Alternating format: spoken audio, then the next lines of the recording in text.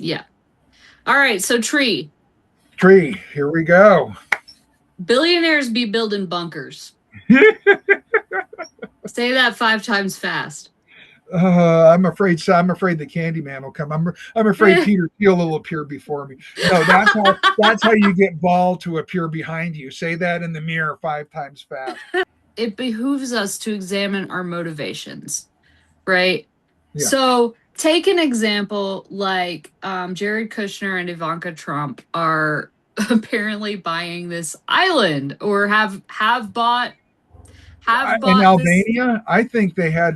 I think they overthrew the government because they tried to buy that island. Right. There were Yeah, they were like, the Albanians were much displeased, and I haven't heard how. I don't think there's a final word on what is going to happen with that. But the Albanians were like, "Oh hell no!" So we'll see yeah, how it all shakes out. But the point being, Ivanka Trump and Jared Kushner decide that they're going to take this island that is already it's a strategically important island in the Mediterranean that's already outfitted with like miles and miles of underground bunkers or shelters at least and like former military installations and stuff. It's been out of use for quite a while, so it doesn't have power and it needs some work, but they're like, you know what we're going to do with this island? We're going to build a luxury resort on it. And everybody's like, yeah, right, you are. Like, nobody believes that that's their real plan. Like nobody in the world yeah. hears that and finds out the first thing about the island and says, "Oh yeah, you're going to build a luxury resort." Uh-huh. We were not born yesterday. We know that that island has military shit on it and underground bunkers, and that you somehow swindled the entire Albanian people out of their island. And we also know that this island has been used as a military strategic point of interest by many different governments and empires over the course of history. So, Geez, you think a warlord might want to come over there and take that island back from these rich folk once they get it built? yeah, like okay, but the thing is like first of all, nobody believes them. We Yeah. know we're pretty sure that they either want it as a military strategy and like they have to do it because the US government can't or something, or they're building a freaking bunker. Yeah, which will They're probably go building as well as them redoing the building the ballroom or right, doing the which reflecting pool or any of yeah, the other multiple projects. Yeah, that's once again, it's a folly. It is just yeah. a folly, and it would be worth it to see the look on Jared Kushner's face when he tries to give an order. When he tries Yeah. to order the Albanian shock troops that are there to guard him and his wife while he sleeps. Ivanka's going to be like, honey, I'm going with the Sarge. See ya. Yeah, right. So but like so we can look at that and we can say they're obviously their motivations are different from what they're saying their Yeah, motivations are like, yeah, but what are their motivations really? What is the motivation of a billionaire who's building out a bunker? The motivation is, and then we already covered this at the yeah. beginning of our discussion, is I want to live out my life in luxury, even though I know that the whole world is going to be going through some really, really massive, traumatic shit. You know, my motivation is I'm more important than everybody else. Well, okay. So, in that you sent me that one thing. That one girl or woman was talking, and she was like, they don't think they're responsible for the collapse. They think it's just and absolutely there, and it absolutely makes a really good. There's a book by a guy named Robert Bourne called "How Civilizations Fall and Why They Don't Rise Again," and in it he makes a comparison between a civilization and a human body. And human body, the most important part of it is not the brain or the heart; it's the circulatory system. Mm-hmm. It takes blood to all the cells that creates energy, which creates work, which fights off entropy and then hauls away all the waste material, right?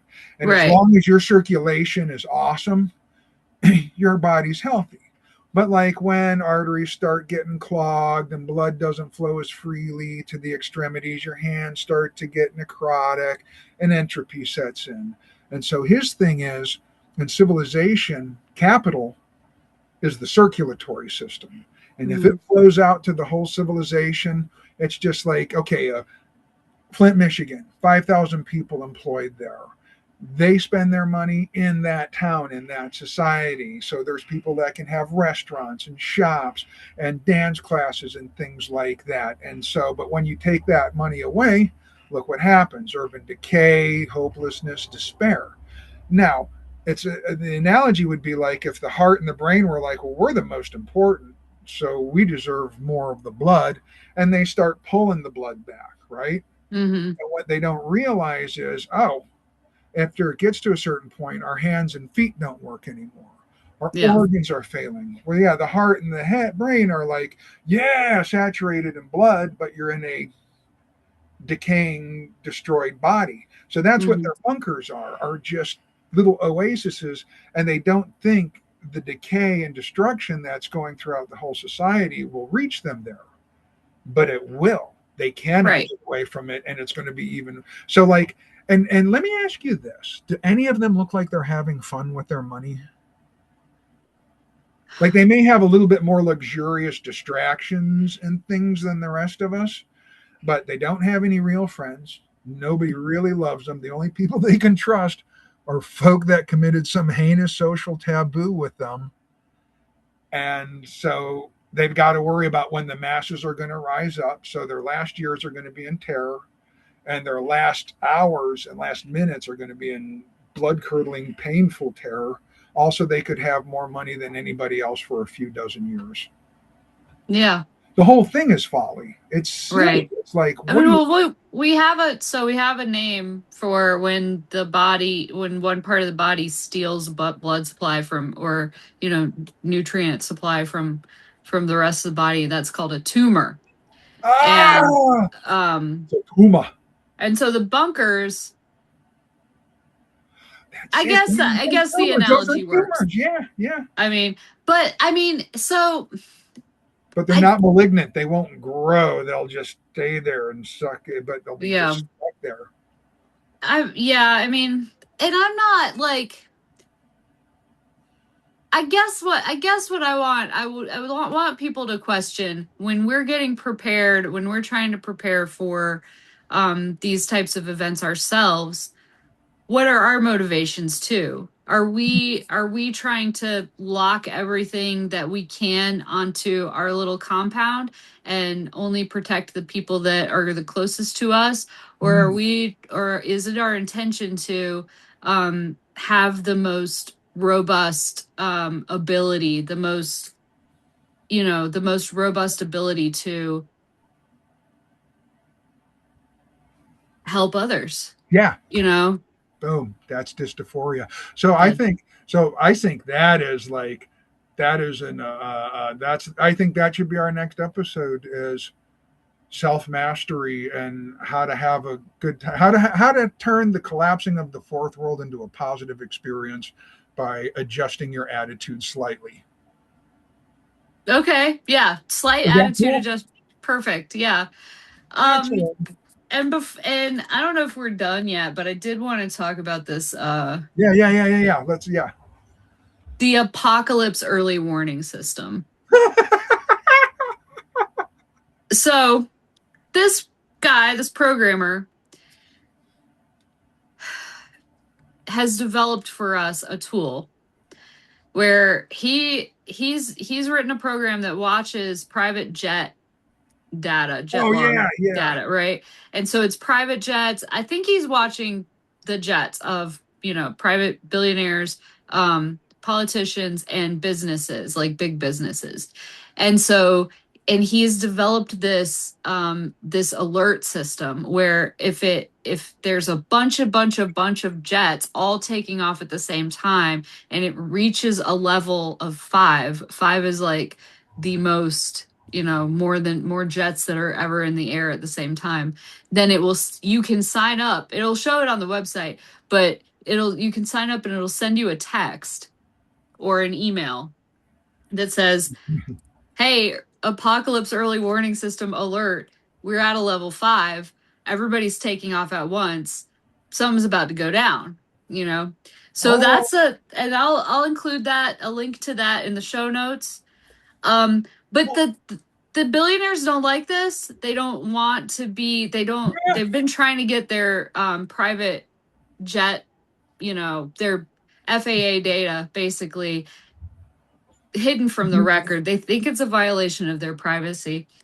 Um, and but they know, the thing is, they know that something's gonna pop off, and it's like they're not gonna, they're honestly not gonna get on the air and tell us right away. Elon Musk might. Yeah, Elon Elon Musk Musk will might. tweet that. He'll tweet. He'll rage tweet He'll it. say anything. He'll whatever he finds out. He'll probably rage tweet it. And so Elon Musk is our other early warning system.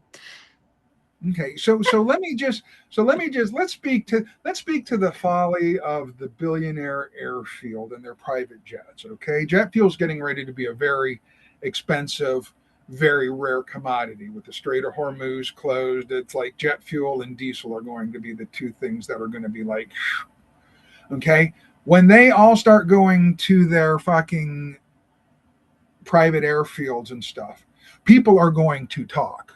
Mm-hmm. Are going to talk. There's folk that are like, all right, they're prepping. All the planes are being prepped. People are going to talk. They're going to. There's going to be videos on Facebook and People are TikTok and going to head to everything. that place, and all they have to do is take out one jet on that airfield, and then the Mm-hmm. crowds will come, and they'll all get dragged out on the tarmac and get Gaddafi'd. Yeah. And even if, like, okay, that's saying you could even operate a jet. Like, Yeah, if even if you had the reserves of fuel, right? And you were able to do it in such a way, like under the cover of night or something, where nobody much yeah, saw you. You managed.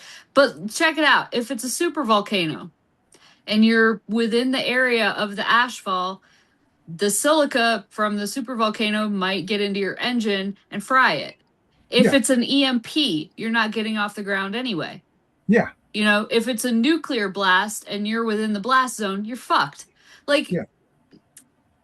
what? How are you gonna? We didn't mention at the beginning of the episode that there are places in the world where the tech bros, the tech elites really like to prefer to build their bunkers in these certain areas of the world because they're thought to be safer from things like nuclear blasts. So one of those is New Zealand. One is Argentina, I think, which is where Peter Thiel just hightailed it to. Um, and I don't know where the other ones are, but there's places, they've thought this through. They're like, okay, New They Zealand. haven't New thought it Zealand's a through safe all the bet. way because they're not going to make it to New Zealand on a tank of jet fuel. And Right. anywhere they stop to try and refuel is going to be a battle zone. And Yeah. if some pissed off like jet fighter who's like watching his country go to shit and they, hey, what's this? Oh, that's one of those billionaire jets. Like, no, they're not getting away. Hmm. Airplane comes up there and you get There's a so many mid-air things that could Gaddafi. happen. Yeah. Yeah, There's so many things that could happen. One of yeah. my favorite sci-fi shows is The Expanse. Have you ever watched it? I have. I've just got. I don't do a lot of TV shows. I can't. I can't. I like movies because they're like finite, Hmm. you know. So, but yeah, yeah, that's groovy. Yeah, I've I watched. love I love The Expanse, and there's the in one of the later seasons there's an asteroid strike on Earth, multiple asteroid strike event, and there's people like politicians in their jets like trying to escape asteroid strike 1, and here comes another. Like, everybody dies. Everybody who's flying around on the planet gets, either it gets hit, um it, like, they can't see, so they're flying through smoke and they crash, or they get hit by debris that's coming up from bouncing, so like there are so many cataclysmic So much. scenarios where your jet means nothing. Your Yeah, jet means absolutely nothing, and you're you not know, getting to New Zealand. they should just. You know what, billionaires, just take 2% of your wealth and pump it back into society. Just Mm. that's you can want to make society. This is what you do. If anybody works 25 hours a week minimum, then and maintains a C average, then pay for their community college or trade school. That changes everything like that. That is energy and work, and we will rebuild it ourselves, and all kinds of genius will flourish. And because they'll be paying for the college, they will have first dibs on all the genius that will flourish. Or you can die, spend your last hours being hunted like a dog until you're captured and Gaddafi'd. The word of the day is Gaddafi. Gaddafi. Yeah, it's either put some money back into society and help get the capital flowing, or prepare to get Gaddafi. And oh my gosh, and it's not they didn't enjoy the money. Only thing that's going to get them is Gaddafi. And when their life flashes before their eyes and they see the negative effect, them pulling billions and billions of dollars out of the circulatory of civilization caused, oh, they've got hell to look forward to too. So Yeah. congratulations on all Uh, your wealth, being the wealthiest monkey on the rock for a dozen years or so. Good job. right. Hope you enjoyed it.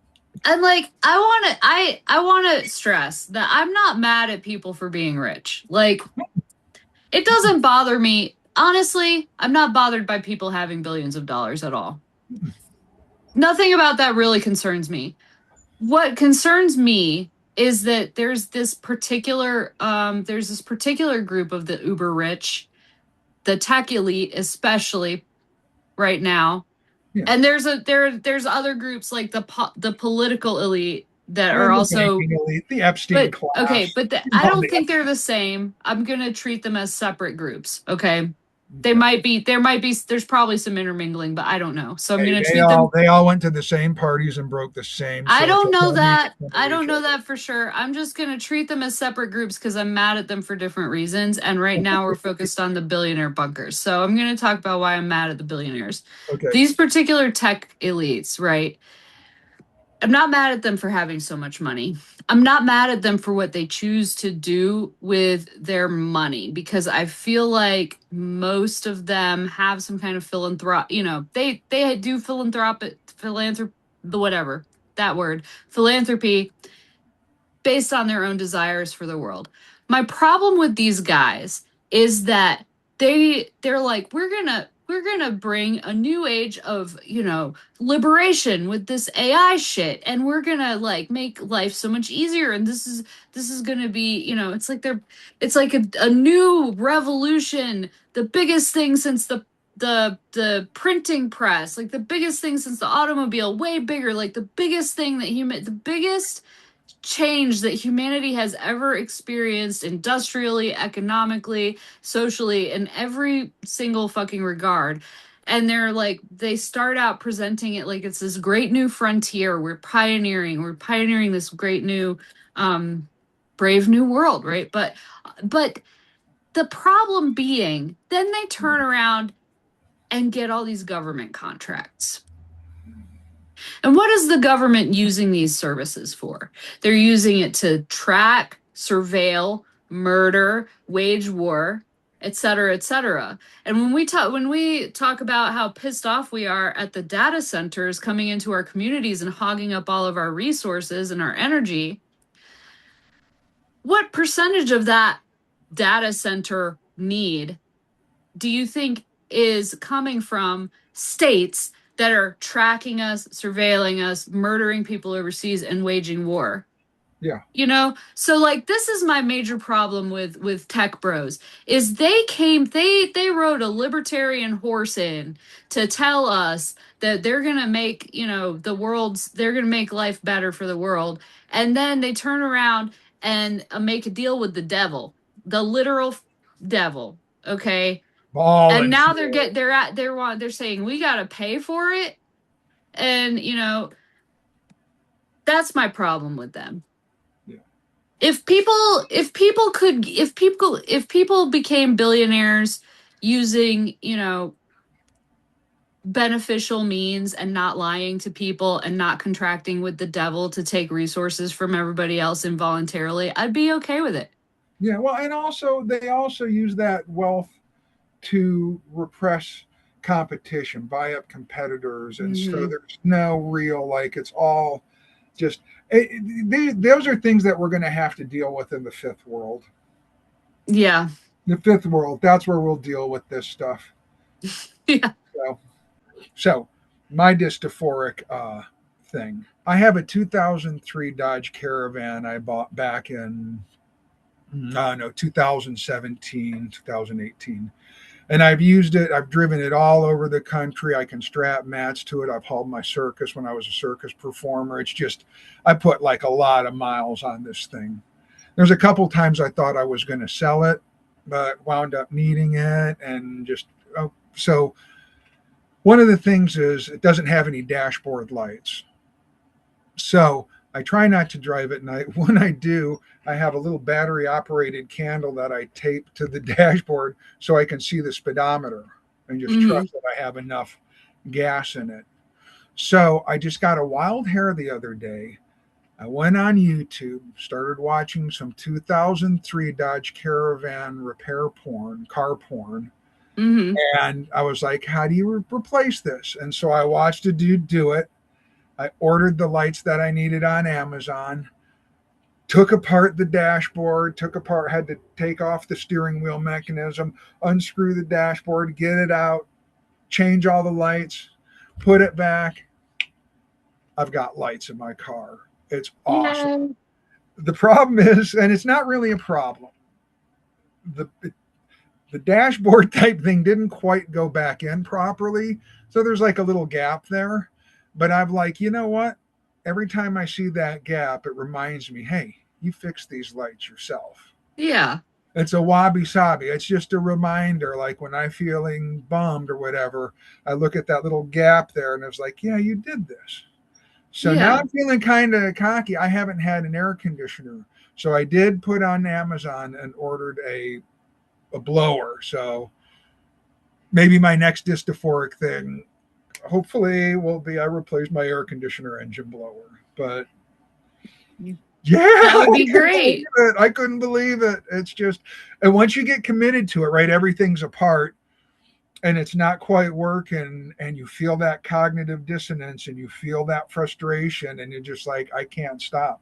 I have to figure this out. I cannot not. And so you just breathe and just, and then, oh my gosh, I did it. And it's Yeah. just the endorphins that were released. The way I felt was just so like I mean, I replaced the lights on my dashboard, big effing deal. But I'm like, I replaced the lights on my dashboard. What else can I fix now? So Right. I love fixing stuff. And yeah, I love using things that would otherwise go to waste yeah, and go into the landfill or just whatever. My thing for the week will be it's kind of an ongoing part of my reality. It's not just something that happened this week. But I work for a corporate auto parts supplier, right? And one of the things that I really like about my job is that I work in the repair economy. hmm, And there aren't it you cars is one of the places where this still exists. Almost everything we buy is like like single it use, disposable. right, it's either disposable or if it's something that's supposed to, it lasts a few years and then you buy a new one. Yeah, Like appliances and stuff like that. And of course, cars are get a lot of cars that are made today are becoming kind of planned obsolescence cars. yeah, But if you have a car that was made, in the 90s, 80s, or early 2000s, you can still fix that. And there are yeah, still parts on the market, and you can buy third party parts, aftermarket parts for it. And yeah, you can fix it yourself or have your, local mechanic do it for you. And that's one of the places in our economy where, being able to do things to fix things still really matters and people really value it. And yeah, there's enough of a not only a little economy or repair economy around it, but also a culture around it that there are multiple competing corporate and local, regional auto parts dealerships everywhere. And so that's one of the things I really like about what I do for a living. I know that, it's not like it's not a job that utilizes my particular unique talents or anything like that. But, I enjoy the fact that, um, my job is part of a cool system that keeps cars on the road, Yeah. you know? I'm telling you, it's like like you said, if it's before like the if it's in the aughts, the 90s or the 80s, there's something online on how to fix it, how to take care of everything, Absolutely. and how to like do little maintenance stuff so big stuff doesn't go wrong. Hmm. It's just and it's just it's it's better than a video game. Yeah. It's better. It's like a real video game, and it's practical and functional. It's like, woohoo! Yeah, your bard's level 27 now. Great. Yeah. You know, I've been thinking about billionaires getting Gaddafi and all kinds of all week. Now I can let it go. Yay! Awesome. Yay. All right, my friend. Have a good one. You too. All right, Okay, we'll see you. bye. Bye.